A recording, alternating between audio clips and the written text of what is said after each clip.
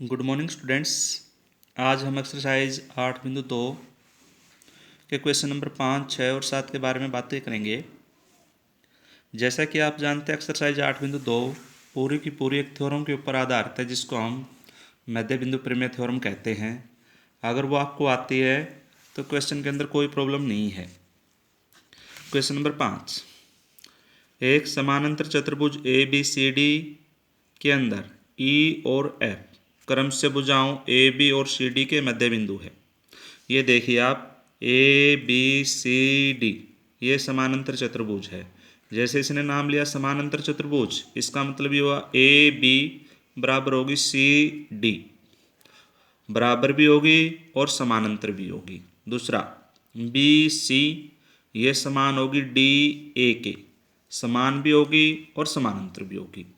यहाँ पर इसने दिया AB का मध्य बिंदु E और CD का मध्य बिंदु F ये दिया हुआ। दर्शाइए कि रेखाखंड AF और EC विकर्ण BD को समत्रिभाजित करते हैं, यानी कि 3 समान भागों में विभाजित करते हैं। 3 समान भाग कौन से? D से P, DP एक भागिए P से Q और Q से B, अर्थात ये कह सकते हैं हम DP बराबर होगा PQ बराबर होगा QB। ये हमने सिद्ध करना है। ये एक समानांतर चतुर्भुज दी हुई है। AB का मध्य बिंदु E है, CD का मध्य बिंदु F है। वही तरीका रहेगा लिखने का। सबसे पहले दिया है, जो बातें दे रखी वो आप यहाँ पर लिख लोगे। दिया क्या है? ABCD एक समानांतर चतुर्भुज है। EF क्रम से भुजाओं AB और CD के मध्य बिंदु है।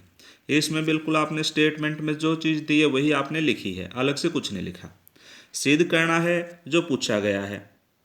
रेखाखंड AF और EC विकर्ण BD को समत्रिभाजित करते हैं, वही चीज़ आपने यहाँ पर लिखी है। यहाँ तक आपने अपनी तरफ से कुछ नहीं लिखा, स्टेटमेंट में जो दिया है वो लिखा आपने। उसके बाद प्रमाण, यहाँ से हम शुरू करते हैं। पहला पॉइंट, E भुजा AB का मध्य बिंदु है। E AB का मध्य बिंदु है, ये आप लिख सकते हैं दिया हुआ है। ये पहले से इसने दिया हुआ, चाहो तो आप यहाँ लिख दो दिया है। अगर मध्य बिंदु है तो इसको हम ऐसे लिख सकते हैं AE 1/2 AB, क्योंकि मध्य बिंदु है तो AE पूरे AB का आधा होगा, ये लिख दिया। इसी प्रकार FCD का मध्य बिंदु है, ये F है, ये भी CD का मध्य बिंदु है, इसको भी हम ऐसे लिख सकते हैं FC, ये FC पूरा CD का 1/2, ये पूरे CD का 1/2 लिख दिया। जब AB और CD बराबर है, क्योंकि समानांतर चतुर्भुज है और समानांतर भी है, AE और FC ये बराबर होंगे और AE FC के समानांतर होगा। यहाँ पर आप देखिए, जब AB पूरी की पूरी भुजा CD के समानांतर है, अगर पूरी भुजा का आधा AE, यहाँ भी पूरी भुजा का आधा CD का आधा EFC, ये हिस्सा इस हिस्से के समानांतर भी होगा और समान भी होगा, क्योंकि पूरा CD AB के बराबर है। इसका आधा और इसका आधा, दोनों के आधे आधे भी आपस में समान होंगे। तो यहाँ से हम स्पष्ट कह सकते हैं AE बराबर होगा FC, AE समानांतर होगा FC। अगर आपको समानांतर चतुर्भुज के नियम याद हो, 4 भुजाओं में से 4 रेखाखंडों में से एक युग्म आमने सामने का बराबर हो और समानांतर हो, तब उसको हम समानांतर चतुर्भुज कहते थे। यहाँ पर वही प्रॉपर्टी हमने लागू की है। इसका मतलब ये हुआ कि AECF से एक समानांतर चतुर्भुज होगी, ये पूरी AECF ये समानांतर चतुर्भुज होगी, क्योंकि AEFC के समान भी और समानांतर भी है। उसके बाद आगे दिया हुआ है त्रिभुज CDQ में बात करते हैं हम। यहाँ पर CD और Q, ये देखिए CDQ ये एक त्रिभुज है। इसके अंदर अगर हम बात करें तो यहाँ पर बात करने के लिए आपके सामने बिल्कुल स्पष्ट है, ये मध्य बिंदु है F, किसका? सी डी का। ये भुजा पी एफ समानांतर है क्यू सी, क्योंकि ये पूरी समानांतर चतुर्भुज का हिस्सा है। अब आप मध्य बिंदु प्रमेय को याद कीजिए। वहाँ पर हमने दिया था अगर एक रेखाखंड का मध्य बिंदु से निकलने वाली भुजा या रेखाखंड दूसरी के समानांतर हो, ये भुजा पी एफ समानांतर है क्यू सी, समानांतर है, ये मध्य बिंदु है, तब पी भी मध्य बिंदु होगा डी क्यू का, यानी कि डी पी बराबर पी क्यू होगा। आप अगर ध्यान से देखें सी डी क्यू त्रिभुज की बात करते हैं और बातों को भूल जाइए।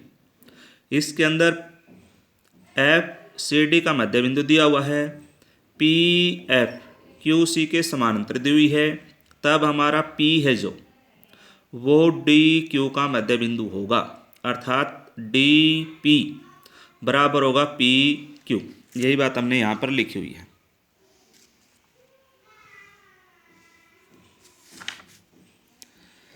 पी डी क्यू का मध्य बिंदु होगा। अब इसी बात को अगर हम यहाँ पर लागू करें, अब त्रिभुज ले ए बी पी, ये त्रिभुज ले ए बी पी, इसके अंदर भी बिल्कुल सेम सिचुएशन है। यहाँ पर ए पी समानांतर है ई क्यू, ए पी है जो ई क्यू के समानांतर है, ई ए बी का मध्य बिंदु है, इसलिए क्यू है जो वो पी बी का मध्य बिंदु होगा, यानी कि पी क्यू बराबर होगा क्यू बी के। जबकि इससे पहले वाली त्रिभुज में हमने सिद्ध किया था पी क्यू बराबर होगा डी पी। पी क्यू एक तरफ तो डी पी के बराबर है, पी क्यू एक तरफ क्यू बी के बराबर है। इसका मतलब ये हुआ तीनों टुकड़े डी पी बराबर होगा पी क्यू बराबर होगा क्यू बी। यही बात हमने सिद्ध करनी थी। ये हमने पेज नंबर 2 पे सारी बातें लिखी हुई है। वही सेम सारी की सारी बातें लिखी हुई है और यहाँ पर ये लिख दिया कि ये पी क्यू बी डी को समत्रिभाजित करते हैं। ये बातें लिखी हुई है। ये था हमारा क्वेश्चन नंबर 5। अगर ना समझ में आया आप पूछ सकते हो, फोन कर सकते हो। उसके बाद है क्वेश्चन नंबर 6। दर्शाइए कि किसी चतुर्भुज की सम्मुख भुजाओं के मध्य बिंदुओं को मिलाने वाले रेखाखंड परस्पर समद्विभाजित करते हैं। आपको दिया क्या है? चतुर्भुज दिया गया है, उसकी सम्मुख भुजाएं दी गई है और उनके मध्य बिंदु, जैसे ये ए बी सी डी एक चतुर्भुज है। सम्मुख भुजाएं ए बी और सी डी, ये मानिए ए बी के सम्मुख है सी डी, इसका मध्य बिंदु है पी, इसका मध्य बिंदु है आर, ये मिला दिया आपने। या यहाँ पर देखें तो बी सी, इसकी सम्मुख भुजा है डी ए, इसके मध्य बिंदु है एस। तो यहाँ पर आपने मध्य बिंदुओं को मिलाना है। पी मध्य बिंदु है, पी को क्यू से, क्यू को आर से, आर को एस से, एस को पी से। ये क्या कहते हैं? को मिलाने वाले रेखाखंड परस्पर समद्विभाजित करते हैं। ये बात आपने सिद्ध करनी है। लिखोगे कैसे? ये है दिया है ए बी सी डी एक चतुर्भुज है, पी क्यू आर एस इन भुजाओं के मध्य बिंदु है। ए बी का मध्य बिंदु पी है, बी सी का क्यू है, सी डी का आर है, डी ए का एस है। सिद्ध क्या करना? एस क्यू और पी आर परस्पर समद्विभाजित करते हैं। एस क्यू, एस देखिए आप, ये रहा एस क्यू, ये एस क्यू और ये पी आर है, ये एक दूसरे को यहाँ पर समद्विभाजित करते हैं। यहाँ पर समद्विभाजित का मतलब ये है कि O से Q और O से S ये बराबर है, या O से P, O से R ये बराबर है। प्रमाण त्रिभुज ए बी सी में सबसे पहले त्रिभुज ए बी सी देखिए, ए बी सी, इसके अंदर आपको पता है ए बी का मध्य बिंदु है P, बी सी का मध्य बिंदु है Q। अगर ए बी सी त्रिभुज आपने ली है, ये इसका मध्य बिंदु है, ये इसका मध्य बिंदु है। अगर आप दोनों मध्य बिंदुओं को मिलाएंगे तो मध्य बिंदु प्रमेय से मिलाने वाला जो रेखाखंड है भुजाई है पी क्यू, इसके समानांतर होगी, ए सी के समानांतर होगी। सेम इसी तरीके से अगर आप ऊपर ले ए सी डी, ये त्रिभुज ले लो ऊपर वाली, ए सी डी, ये आर सी डी का मध्य बिंदु है, एस डी ए का मध्य बिंदु है, ये एस भी मध्य बिंदु है, ये आर भी मध्य बिंदु है। दोनों मध्य बिंदुओं को मिलाया आपने तो एस आर बना आपका। एस आर समानांतर होगा ए सी का, और ए सी का 1/2 भी होगा। तो यहाँ से हम कह सकते हैं पी क्यू को 1/2 ए सी लिख सकते हैं, एस आर को 1/2 ए सी लिख सकते हैं, पी क्यू भी 1/2 ए सी के बराबर है, एस आर भी 1/2 ए सी के बराबर है। इसका मतलब तो ये हुआ पी क्यू बराबर है एस आर, और साथ में पी क्यू समानांतर ए सी, और ए सी समानांतर एस आर। ये कह सकते हैं पी क्यू समानांतर है एस आर। तो ये हमारी एक समानांतर चतुर्भुज बन गई। पी क्यू बराबर है आर एस कहिए एस आर, समानांतर भी है और समान भी है। अगर समानांतर भी हो समान भी हो, वो एक हमारी समानांतर चतुर्भुज बनती है। यही बातें हमने यहाँ पर लिखी है। त्रिभुज ए बी सी में पी क्यू भुजा ए बी और बी सी के मध्य बिंदु है। मध्य बिंदु प्रमेय से पी क्यू बराबर 1/2 ए सी और पी क्यू समानांतर है ए सी। इसके बाद आगे हमने लिखा है इसी प्रकार से आर एस बराबर 1/2 ए सी, आर एस समानांतर ए सी। तो इसका मतलब पी क्यू बराबर आर एस और साथ में वो समानांतर भी है। इस प्रकार हमारी पी क्यू आर एस एक समानांतर चतुर्भुज होगी। और ये नियम है कि समानांतर चतुर्भुज के जो विकर्ण है हमेशा समद्विभाजित करते हैं। सिद्ध भी हमने यही करना था कि ये मध्य बिंदुओं को मिलाने से जो विकर्ण बनते हैं, मध्य बिंदुओं को मिलाने से ये मध्य बिंदु हमारे एस पी आर और एस क्यू, ये पी क्यू आर एस के लिए समानांतर चतुर्भुज जो हमने सिद्ध की है उसके विकर्ण है, और विकर्ण उनके समद्विभाजित करते हैं। यही बात हमने सिद्ध करनी थी। ये था हमारा क्वेश्चन नंबर 6। उसके बाद है क्वेश्चन नंबर 7। क्वेश्चन नंबर 7 में दिया हुआ है ए बी सी एक त्रिभुज है, सी कोण 90 डिग्री का समकोण है, कारण ए बी का मध्य बिंदु एम से होकर बी सी के समांतर खींची गई रेखा ए सी को डी पर प्रतिच्छेद करती है, दर्शाइए। तो ये 3 बातें सिद्ध करनी है। देख लीजिए, ए बी सी ये हमारी त्रिभुज है, सी कोण 90 डिग्री का है, एम ए बी का मध्य बिंदु है, एम से बी सी के समानांतर लाइन खींची है एम डी, जो सी ए को डी पर काटती है। तो इस प्रकार की सिचुएशन दी है। सिद्ध क्या करना है? 3 पॉइंट सिद्ध करने। डी भुजा ए सी का मध्य बिंदु है, ये डी सिद्ध करना कि ए सी का मध्य बिंदु है। दूसरा, एम डी, ये एम डी लंब है ए सी के ऊपर, यानी कि ये कोण आपने 90 डिग्री का सिद्ध करना है। तीसरा, सी एम बराबर है एम ए, यहाँ से सी को अगर एम से मिलाइए सी एम, ये सी एम ए बराबर होगा 1/2 ए बी, ये सिद्ध करना। वही बातें लिखी है, हल जो बात दे रखी है वो लिख दी हमने यहाँ पर। ए बी सी एक त्रिभुज है जिसमें सी कोण 90 डिग्री का, एम भुजा ए बी का मध्य बिंदु है, एम डी समानांतर बी सी, ये दे रखी है।